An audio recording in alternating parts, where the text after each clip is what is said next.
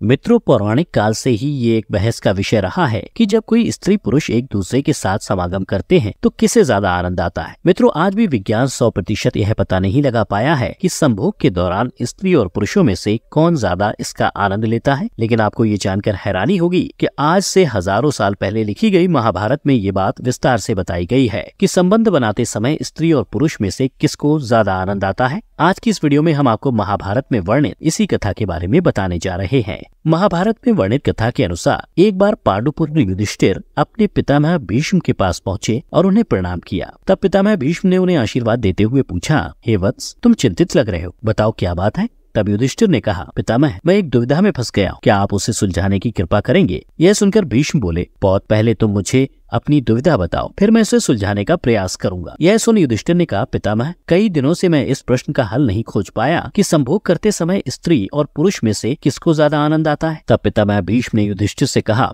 पौत्र, आओ मेरे पास बैठ जाओ, फिर मैं तुम्हें इससे जुड़ी भंगस्वाना और सकरा की कथा के बारे में बताता हूँ। इसके बाद युधिष्ठिर भीष्म पितामह के निकट जाकर बैठ गए। फिर भीष्म बोले, हे धर्मराज, बहुत समय पहले भंगस्वाना नाम का एक राजा हुआ करता था। उसकी न्यायप्रियता के कारण उसकी प्रजा सदैव आनंद में रहा करती थी, परंतु दुर्भाग्य से उसकी कोई संतान नहीं थी। एक बार पुत्र की इच्छा में राजा भंगस्वाना ने एक यज्ञ का अनुष्ठान किया जिसका नाम अग्निशटुता था। क्योंकि उस यज्ञ में केवल अग्निदेव का ही आदर हो रहा था, यह देखकर देवराज इंद्र नाराज हो गए और राजा भंगस्वाना पर अपना क्रोध निकालने के लिए मौके की तलाश करने लगे। परंतु बहुत दिनों तक राजा भंगस्वाना से यज्ञ में कोई गलती नहीं हुई, जिसके बाद देवराज इंद्र का क्रोध और बढ़ गया। फिर कुछ दिनों बाद जब एक दिन राजा भंगस्वाना शिकार के लिए निकले तो देवराज इंद्र ने सोचा कि अपने अपमान का बदला लेने का यह सही समय है। और फिर जब राजा भंगस्वाना जंगल पहुँचे तो इंद्र ने उन पर सम्मोहन मंत्र छोड़ दिया, जिससे वह राजा अपना सुध-बुध खो बैठा और उस जंगल में इधर उधर भटकने लगा। सुध-बुध खो देने के कारण राजा भंगस्वाना को ना तो दिशा की समझ रह गई थी और ना ही उसे अपने सैनिक दिख रहे थे। इस तरह राजा भंगस्वाना कुछ देर बाद अपने सैनिकों से बहुत दूर चले गए। राजा को अब प्यास भी लगने लगी थी। फिर उसे एक छोटी सी नदी दिखाई दी जो बड़ी ही सुंदर लग रही थी। नदी को देखकर राजा उसकी ओर बढ़ा और फिर पहले उसने अपने घोड़े को पानी पिलाया और खुद पानी पीने के लिए नदी के पानी में प्रवेश किया। परंतु राजा के पानी में प्रवेश करते ही उसका शरीर धीरे धीरे बदलने लगा और देखते ही देखते राजा भंगस्वाना एक स्त्री में बदल गया। जिसके बाद राजा भंगस्वाना को खुद पर शर्म आने लगी और वह जोर जोर से रोने लगा। उसे यह समझ नहीं आ रहा था कि आखिर किस कर्म के कारण उसके साथ यह सब हुआ है। फिर भंगस्वाना मन ही मन ईश्वर से कहने लगा, हे प्रभु, आपने ये कैसा अनर्थ कर दिया है। इस रूप को लेकर मैं अपने राज्य वापस कैसे जाऊंगा। अभी कुछ दिन पहले ही मुझे अग्निशटुता यज्ञ से 100 पुत्रों की प्राप्ति हुई है, उनसे मैं क्या कहूँगा। और तो और महल में मेरी रानी मेरी प्रतीक्षा कर रही होगी, उनके सामने इस रूप में कैसे जाऊंगा। हे ईश्वर, आपने तो मुझसे राजपाट के साथ साथ मेरा पौरुष भी ले लिया, साथ ही मेरी प्रजा का क्या होगा। फिर काफी देर तक इस तरह से विलाप करने के बाद वह राजा अपने राज्य वापस लौटा। उधर राजा भंगस्वाना ने जब स्त्री रूप में अपने राज्य में प्रवेश किया तो उसे देखकर सभी लोग हैरान हो गए। फिर उसने राजमहल जाकर अपने सभी सभासदों की सभा बुलाई और उन्होंने अपने पुत्रों और मंत्रियों से कहा, मैं अब राजपाट चलाने लायक नहीं रह गया हूँ, इसलिए आप सभी मिलकर इस राज्य को चलाइए और ये भी ध्यान रखिएगा कि मेरी अनुपस्थिति में मेरी प्रजा को कोई कष्ट ना हो। मैं अपना बाकी का जीवन वन में बिताऊंगा। इतना कहकर राजा भंगस्वाना अपनी रानी से जाकर मिले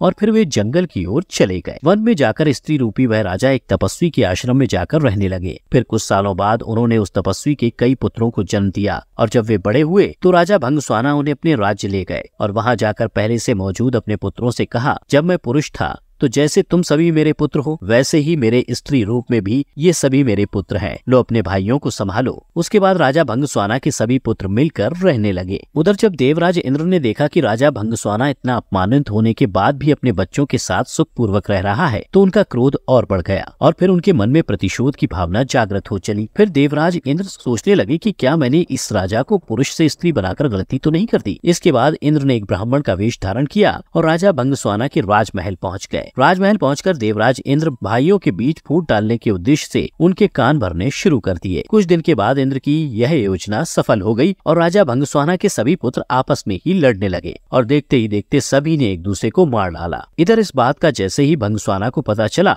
वे शोकाकुल हो उठे और पुत्र के वियोग में जोर जोर से रोने लगे। तभी ब्राह्मण वेश में इंद्रदेव उसके पास पहुँचे और उससे पूछा, पुत्री तुम रो क्यों रही हो। तब भंगस्वाना ने रोते हुए इंद्र रूपी ब्राह्मण को सारी घटना बतलाई तो देवराज इंद्र ने अपना असली रूप दिखाकर राजा को उसकी गलती के बारे में बताया। इंद्र बोले, हे राजन, तुमने यज्ञ में केवल अग्निदेव की पूजा की और मेरा अपमान किया, इसलिए मैंने ही तुम्हारे साथ यह सब किया। देवराज इंद्र के मुख से ऐसी बातें सुनकर भंगस्वाना उनके चरण पकड़ते हुए बोले, हे देवेंद्र, अनजाने में मुझसे बड़ा अपराध हो गया, कृपया कर मुझे क्षमा कर दें। यह देखकर इंद्र को दया आ गई और उन्होंने राजा को वरदान देते हुए कहा, हे स्त्री रूपी राजन, तुम अपने सभी पुत्रों में किसी एक को जीवित देख सकते हो। तब भंगस्वाना ने कहा, हे देवेंद्र, अगर ऐसी बात है तो मैंने स्त्री रूप में जिन पुत्रों को जन्म दिया था उनमें से किसी एक को जीवित कर दीजिए। यह सुन इंद्र हैरान हो गए और फिर उसका कारण पूछा तो भंगस्वाना ने कहा, हे देवेंद्र, स्त्री का प्रेम कभी भी पुरुष के प्रेम से बहुत अधिक होता है, इसलिए मैं अपनी कोख से जन्मे पुत्र का जीवन दान मांगती हूँ। राजा भंगस्वाना की बातें सुनकर इंद्र प्रसन्न हो गए और उन्होंने राजा के सभी पुत्रों को जीवित कर दिया। फिर उन्होंने राजा भंगस्वाना को पुरुष रूप में परिवर्तित वरदान दिया, परंतु स्त्री रूपी राजा भंगस्वाना ने इंद्र से कहा, हे देवराज, मैं स्त्री रूप में ही खुश हूँ और अपने जीवन के अंत तक स्त्री ही रहना चाहती हूँ। यह सुनकर इंद्र ने उससे पूछा, राजन, तुम पुरुष बनकर अपना राजपाट नहीं संभालना चाहते? तो भंगस्वाना बोले, नहीं, क्योंकि संयोग के समय स्त्री को पुरुष से कई गुना ज्यादा आनंद और सुख मिलता है,